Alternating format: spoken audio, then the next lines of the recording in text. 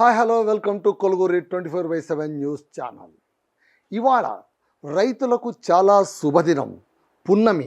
దీన్నే ఏరువాక పున్నమి అని కూడా అంటారు. ఏరువాక పున్నమి రోజున పొలం పనులు శుభసూచకంగా ప్రారంభించడం ఎప్పటినుంచో వస్తున్నటువంటి వ్యవసాయ ఆనవాయితీ.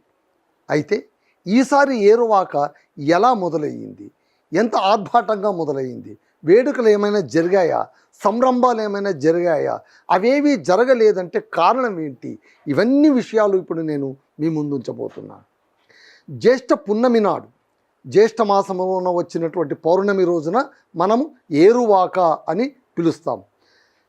ఆచరించే ఏరువాక పున్నమి ఈసారి అయోమయంగా మారిపోయింది. ఈసారి మాత్రం ఏరువాక పున్నమి ఎందుకో అయోమయంగా మారిపోయింది. రైతులు అంత సంతోషంగా లేరు, అంత ఉత్సాహంగా లేరు. పొలం పనులు చేయడానికి వాళ్ళు ఎందుకో స్తబ్దంగా ఉండిపోవాల్సి వచ్చింది. వాళ్ళు స్తబ్దంగా ఉండిపోవడానికి కారణం వాళ్ళలో ఉత్సాహం తగ్గి కాదు, వాళ్ళలో వ్యవసాయం పట్ల ఆసక్తి తగ్గి కాదు, ప్రకృతి కరుణించకపోవడంతో. సకాలంలో వర్షాలు కురిస్తేనే ఏ రైతైనా ఆనందంతో పొలంలో విత్తనాలు విత్తుతారు, విత్తు పంటగా పండుతుంది, ఆ పంట చేతికి అంది వస్తుంది. దేనికైనా సరే నీరు అనేది చాలా ముఖ్యమైనటువంటి ప్రాకృతిక వనరు పంటలకు. అలాంటి సహజ సిద్ధమైనటువంటి వర్షాలు సకాలంలో కురవకపోతే, మబ్బులు మొహాలు చాటేస్తే, ఎల్నినో అనే ముసుగులోన ఎండలు ప్రచండంగా ఇప్పటికీ తాండవిస్తుంటే ఏ రైతైనా ఏం చేయగలడు? నైరుతి ఋతుపవనాలు వచ్చాయి, ఆశలు ఊరించాయి, అలా దోబూచులాడాయి. ఇప్పటికీ కూడా వాతావరణం మనకు చల్లగానే కనిపిస్తోంది. అక్కడక్కడ మబ్బులు కనిపిస్తున్నాయి, ఎక్కడో బ్రహ్మాండంగా వర్షాలు పడ్డాయన్న వార్త చెవికి వినిపిస్తోంది. కానీ మన ఊరిలో చినుకులు రాలట్లేదు, మన నేల తడవట్లేదు, మన పొలంలో నీరు పారట్లేదు, మన పొలంలోన విత్తనాలు విత్తేటువంటి సందర్భం రావట్లేదు అని ప్రతి సగటు రైతు కూడా తెలంగాణ ఆంధ్రప్రదేశ్లోన బాధతోన దిగాలుగా కూర్చున్నపోయినటువంటి పరిస్థితి మనం ఇవాళ చూస్తున్నాం. చాలా సందర్భంలో మనం ఎల్నినో అంటే ఏంటి, లానినో ఏంటి, వీటన్నిటి గురించి చాలా ఎక్కువగా మాట్లాడేసుకున్నాం. దాని గురించి కాదు ఇప్పుడు మాట్లాడవలసింది. ఆ ఎల్నినో పరిస్థితి వలన సగటు రైతు ఎలా కుదేలైపోతున్నాడు, అతని పరిస్థితి ఏంటి, నాగలి పట్టుకునేటువంటి సందర్భమే రాకపోతే, పొలంలోన నేలను ముద్దాడవలసినటువంటి నాగలి ఇంట్లో ఓ మూలలో గోడన పడి ఉంటే ఇంకా ఆ రైతు ఏం చేయగలడు? ఒకవేళ రైతులే చేతులెత్తేస్తే ఈ దేశ పరిస్థితి ఏంటి? మన నోట్లో ముద్ద దిగేది ఎట్లా, మన కడుపులో అన్నం దిగేది ఎట్లా అని సగటు మనిషి ఆలోచించవలసినటువంటి సమయం ఇప్పుడు వచ్చేసి. ఇదంతా ఏంటి అంటే చెప్పలేం. ప్రకృతి పగబట్టిందా అని మనం అనుకోవాలి. ప్రకృతి ఎందుకు పగపడుతుంది అని ప్రశ్న చేసుకుంటే మళ్ళీ మనకు చేప ఎందుకు ఎండలేదు అన్న చిన్నపిల్ల నాటి కథలాగా దానికి చాలా కారణాలు కనిపిస్తాయి. అందులోన మన స్వయంకృత అపరాధాలు కూడా చాలా మన కళ్ళకు కడుతూ ఉంటాయి. ఆ ప్రాకృతికమైనటువంటి సందర్భాలని, పర్యావరణ సమస్యలన్నింటినీ కాస్త పక్కన పెడితే ఇప్పుడైతే వర్షం కురవట్లేదు అనే మాట పచ్చి వాస్తవం. సో ఇక్కడ ఏంటంటే నైరుతి ఋతుపవనాలు మందగించడం వల్ల, ఎల్నినో ప్రభావం వల్ల ఖరీఫ్ సీజన్ మొత్తం కూడా, ఇప్పుడు వచ్చేది మనకు ఖరీఫ్, ఈ ఖరీఫ్ సీజన్ మొత్తం కూడా చాలా ఆందోళనకరంగా మారిపోతుంది, అయోమయంగా మారిపోతుంది.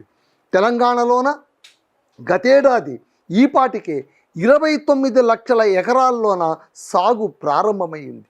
ఈపాటికే 29 లక్షల ఎకరాల్లోన రైతులు ఉత్సాహంగా సాగు ప్రారంభించేశారు. ఇప్పుడు పట్టుమని 15 లక్షలకు కూడా అది కనిపించట్లేదు. అంటే ఎంత లోటు వచ్చేసిందో మీరు గమనించండి. ఈసారి పరిస్థితి అలా లేదు. కేవలం 15 లక్షల ఎకరాల్లో మాత్రమే ప్రారంభించినట్టు మనకు సమాచారం అందుతోంది. రంగారెడ్డి, నాగర్ కర్నూల్, నల్లగొండ జిల్లాలో వానలు కురిశాయి.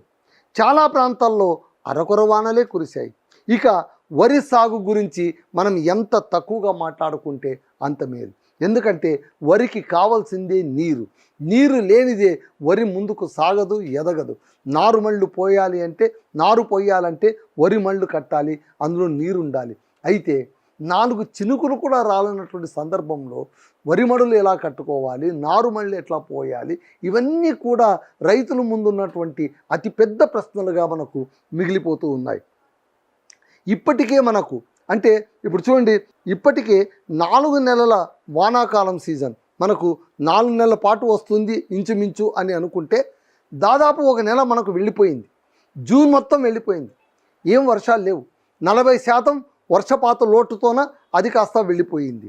ఇక మిగిలిన 3 నెలల్లోన మళ్ళీ ఏ పాటి వర్షాలు కురుస్తాయి, ఎలా కురుస్తాయి అన్న ఆశాభావం కూడా రైతుకు చచ్చిపోయేలా ఉంది పరిస్థితి. ఎక్కడ చూసినా కూడా మనకు దిగాలైన పరిస్థితి కనిపిస్తోంది. వాతావరణం చూస్తేనేమో చల్లగా కనిపిస్తుంది, ఒక్కొక్కసారి విరగాసి ఎండలు కాస్తున్నాయి, ఉన్నట్టుండి చల్లబడుతోంది. చినుకులు వచ్చేస్తాయేమో, ఇంకా మబ్బులు కమ్ముకొచ్చేస్తాయేమో, ఇంకా విపరీతంగా వర్షం కురుస్తుందేమో, ఇంక అయిపోయింది మన కష్టాలు తీరాయి అని రైతు అనుకునేలోగా ఆకాశం మళ్ళీ నిర్మలంగా మారిపోతుంది. మళ్ళీ ఈ విచిత్రమైన పరిస్థితికి ఎవరు మాత్రం ఏం చేయగలరు అని మనం అనుకోవాల్సిన దుస్థితి వచ్చేసింది. ప్రాజెక్టుల్లోన నీటి జాడ కనిపించట్లేదు. పెద్ద పెద్ద ప్రాజెక్టుల్లోనూ కూడా శ్రీశైలం డ్యాంలోన నీటి ఛాయలు అలా చారలుగా కనిపిస్తున్నాయి. కృష్ణా తుంగభద్ర నదుల్లోన నీటి ధారలు అలా కనిపిస్తున్నాయంతే. వాగులు ఎండిపోయాయి, వంకలు ఎండిపోయాయి. ఎక్కడో ఒక చోట నాగార్జున సాగర్లో మాత్రం కాసింత నీరు కనిపిస్తుంది.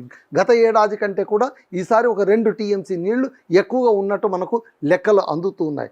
ఇంతకు మించి ఏ రకమైనటువంటి ఆశావహ వాతావరణం ఇవాళ మన కళ్ళెదుట కనిపించట్లేదంటే ఎంత దురదృష్టకరమో మనం ఆలోచించాలి. Hi friends, thank you for watching this video. ఈ వీడియో కనుక మీకు నచ్చినట్లయితే దయచేసి లైక్ చేయండి, షేర్ చేయండి. ముఖ్యంగా మా ఛానల్ 24/7 న్యూస్ టీవీని సబ్స్క్రైబ్ చేసుకోండి.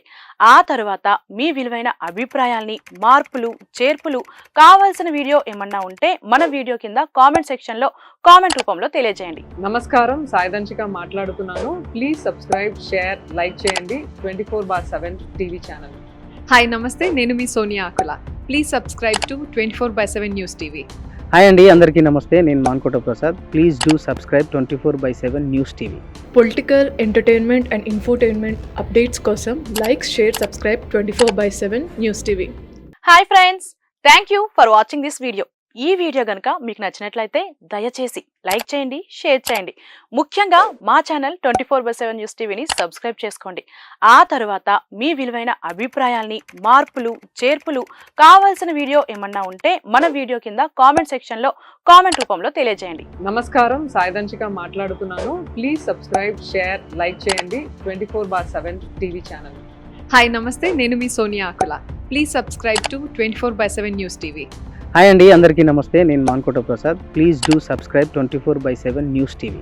Political, entertainment and infotainment updates కోసం like, share, subscribe 24/7 news TV.